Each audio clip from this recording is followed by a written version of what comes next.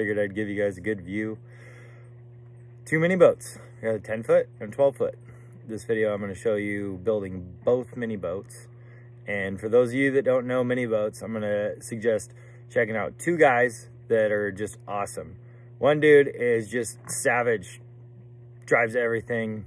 He's a nutcase, lives life to the fullest. Check him out, Blake Wilkie, Shreddy Life. I'll put a link below. The other dude, always doing it for Dale, races the wheels off of everything he gets in. Cletus McFarlane. If you haven't checked him out, check him out. All kinds of cool cars. He rips the mini jet boats. If you want to see what they're capable of doing, you got to check out those 2 guys. There's tons of other dudes, but those are the 2 guys that kind of got me checking them out, looking at them, all that stuff. So I'm going to show you guys the full build. Stay tuned till the end of the video. I'm going to give you guys tips and tricks and how it all goes together for those of you that are trying to build one or thinking about building one. I'll talk through all of that, and I'll show you guys what is going to be going into the boats after they're all done. So you get a little sneak peek on what's going to happen all the way at the end and what it's going to look like when it's all done.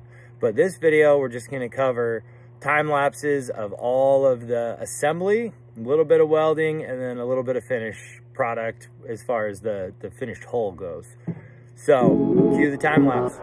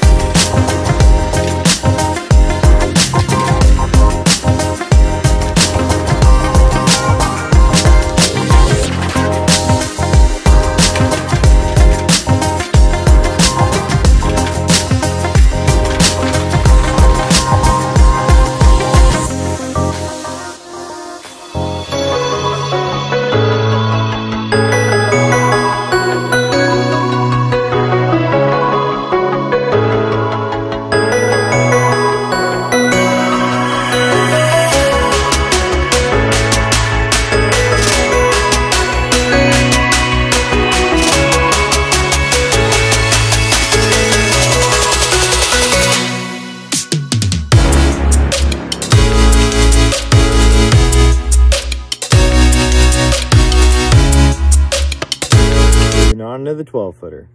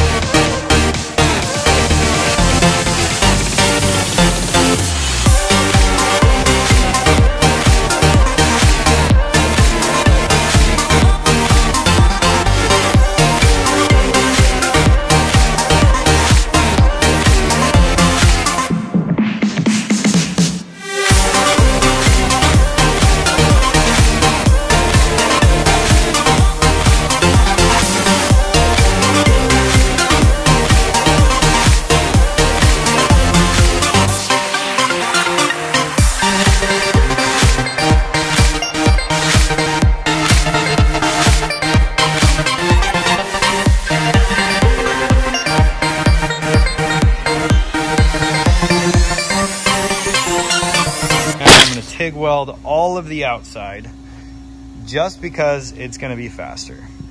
So for those that don't know, TIG welding is a wire feed, or MIG welding is a wire feed. So there's wire in here, this creates a voltage, and then it pushes the wire out. TIG welding is a little more complicated. You have your torch head right here, and this controls your voltage with the pedal, so you actually move this with your hand. And then you have a filler rod that is like this, and you are the wire feeder on that. So honestly, for those making the boats, if you're only going to do one, I would say you're fine with a MIG welder. All this out here gets ground, and the only reason I'm TIG welding it is because it's easier to control heat. so I can make sure it's all burned in really well, and I can keep the weld smaller, so grinding is going to be faster.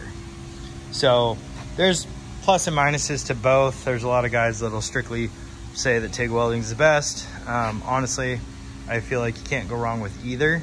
But as far as like a hobbyist, grab yourself a good welder and get a MIG gun, which is actually separately sold. This guy right here. Get one of those and go to town. I am going to fire up the TIG welder, and then pretty much the process from here out is probably just going to be TIG welding. So I just ran over all of it with a wire wheel, stainless wire wheel, just to kind of get off all the burn through from the inside welding. I did go ahead and weld out these seams on the inside. I was kind of thinking I didn't really need to, but I did it for strength. Honestly, I don't think you need to, especially if you're going to TIG weld and really plow the weld in there. So we have stiffener bars. There's this long one that goes all the way up into there, and there's two that kind of Y off of that. The one thing I had trouble with is the two stiffeners right there. They go on the lid. Those weren't really labeled anywhere, so at first I was looking at them going, crap, where do these go? So that right there is a 1/4 inch plate. That's an additional buy along with the stringers and the back engine hatch. So those, that you just kind of put in there. You can pre-bend the front. It comes just like the hole where it's cut. You can pre-bend that, tack it together, then it goes in there a little better. I actually stuck mine in there and then put a jack down here and a bar across there to keep that from getting bent, and it went down perfectly. So a couple different ways you can do it. So now it's time to weld.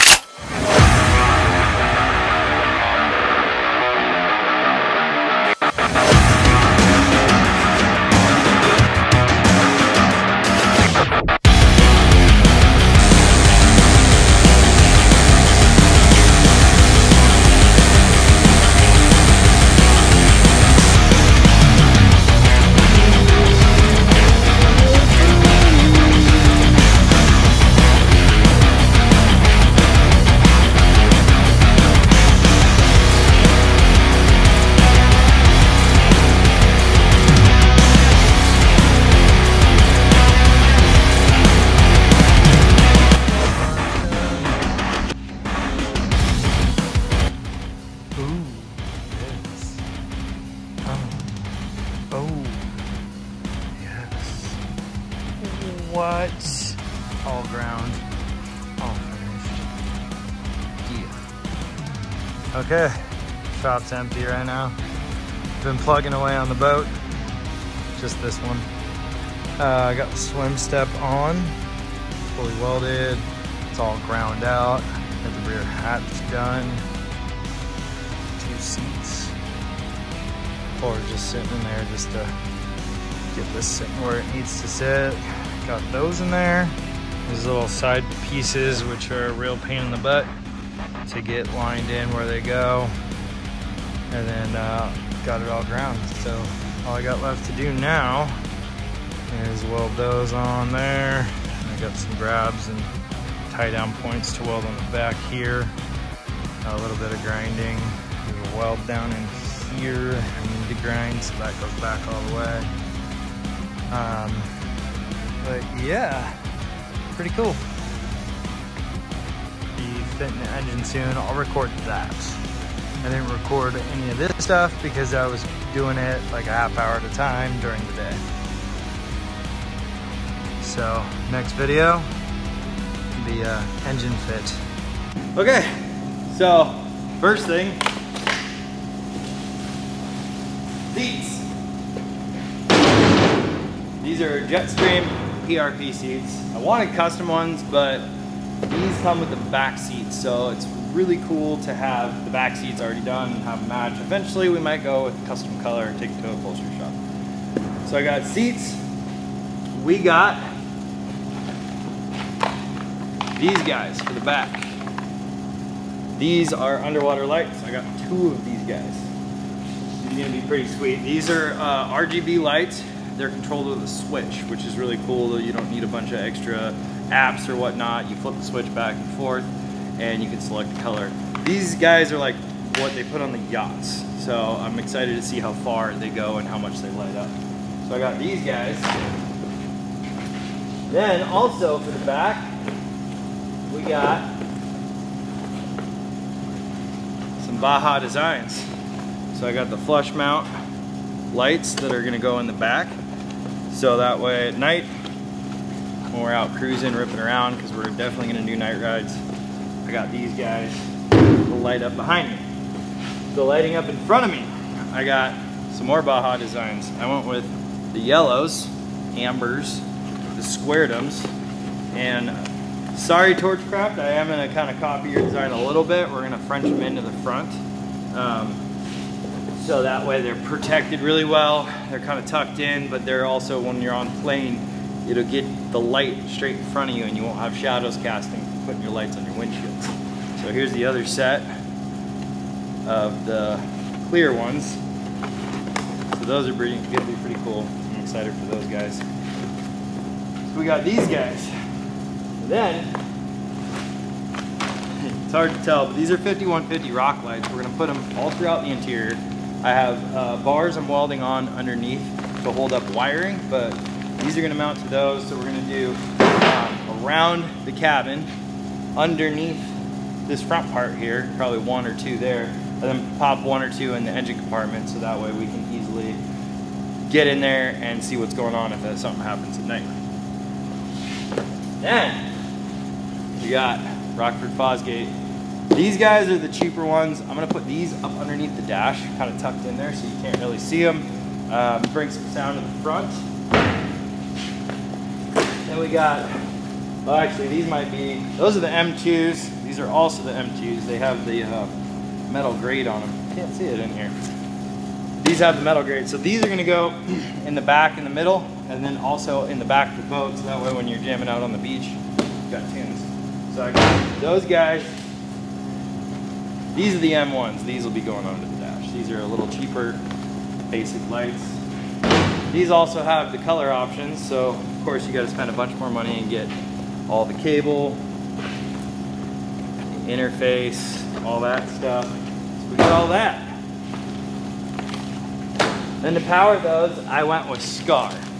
And I know I'm gonna catch a bunch of flack for this. They're cheap, and I actually know a couple people running them. They love them. They're super cheap, and right now I'm hitting the max of my budget. I don't have any sponsorship, so it's not like I'm getting paid from Rockford or getting free stuff. So Scar is gonna be what I'm gonna put in now, and then probably swap out for Roxford or JL or something of a little bit more quality down the road. So I got a 4-channel and a monoblock for the sub, which is right here. Got a sub. This is also gonna go tucked up under the dash. We got that guy to go under the dash. Then we got some build parts. We got a nice gas cap, that there. We got pop-up cleats, because the boat's so little, you're gonna be jumping in and out. I wanted something that you weren't gonna get caught on if you had to just kind of jump out the back. So we just got some standard pop-up cleats, so they sit flush with the hole. These will be nice. I'll probably put a back plate on them so they're good and strong when I go through the hole with them. Then we got Garmin. This also has the interface, which I had to buy an extra wire. This has the interface to connect to the Sea-Doo motor, the Rotax, which we have the 300 horsepower Rotax with some extra fun parts on it. It's also tuned, so get a little bit more horsepower to that. But this will be nice. Keep track of where we're going, because we got a lot of rivers here, so we're going to be able to dart up and, you know, obviously usually find your way back, but it would be nice to know where you've been on top of that. Plus it has a little bit more engine monitoring stuff in here. So we got that guy. The stereo I'll have to go grab. I left that somewhere else. And I got 5150 whip mounts and controls. We're gonna put those in the back of the boat. I didn't get the whip kit because I have a bunch of 5150s for the side-by-sides. So I figure I'm not gonna be riding side-by-side when I'm on a boat. So interchangeable, nice and easy. So I got that stuff. Then communication is key. I love Rugged. We're not sponsored by Rugged, but we got this guy. So this guy, and I bought a full kit, so it actually has a water boot for the back. We got this guy, which is for in your car, so I can talk to everybody in there with a headset. I got this guy, plus it has Bluetooth music, but we already got music covered, so we don't really have to worry about that. Then we got Alpha Base headsets. I got the Alpha Base kit because I wanted the Alpha Base and another headset for my side-by-sides, because currently I only have I think 4 headsets and we have 3 side-by-sides. So I wanted to just get another set, and these are actually cheaper to buy in a full kit, which I got this really cool kit they had a special on that has all the extra parts in it, and some came with the extra handheld, which we'll just throw in whatever, or we can give to, we have a couple of these, so we can hand them off to other guys we're riding with if they don't have radios. So these are awesome. So we got these guys, and what else did I got here? So we got all that stuff. We got the low profile antenna with the rugged kit, so I don't have to have a big dongle sticking up in here. So this is all going in the boat, plus we have a head unit that is also Rockford, and I misplaced it somewhere. It's somewhere around. You know, we got a bunch of wiring, all the stuff, but you don't really care about all that. Got speaker wire. So this is gonna be happening over the course of the next few videos. So make sure that you come back, you check us out, like and subscribe, turn on your notifications if you really want to, and come check out our videos as we post them. I also run 2 businesses, so it's really hard to stay on top of all of the stuff, business and videos, so I'm not posting regularly right now. Hopefully this will go relatively quick. The goal is to have it done by the end of summer so we can go out and take her for a rip. 10-footer is gonna lag behind it, but the 10-footer is gonna be a super simple build. It's gonna get a custom paint job, throw a motor in it, steering wheel, all that stuff, and then we're just gonna rock that thing the way it is. We'll probably do a wrap and a flooring kit. This guy's gonna get a full paint job, a wrap and a flooring kit through it too. So this one's gonna be kind of the showpiece. That one's gonna be just kind of a little ripper. We can have friends, people coming to visit, they can hop in the boat, we can go for a rip, we can have a good time. So that's kind of the everybody can hop in, ride boat, and then this will be kind of the nicer ripper with a little more horsepower and all that. So check back with us. You gotta check out all this stuff going in. This boat's gonna be just beauty. And again, if anybody wants one, reach out to us. Contessa Metalworks. You can reach out Contessa Industries. You can Google it. I don't need to put a bunch of stuff in there. As I said before, check out Blake Wilkie. Check out Cletus McFarland. I'll put a link in the description below for their channels. They are cool dudes. Haven't met them, but they seem like super chill dudes, super cool dudes, but they know how to have fun and they rip these boats. Other than that, come back.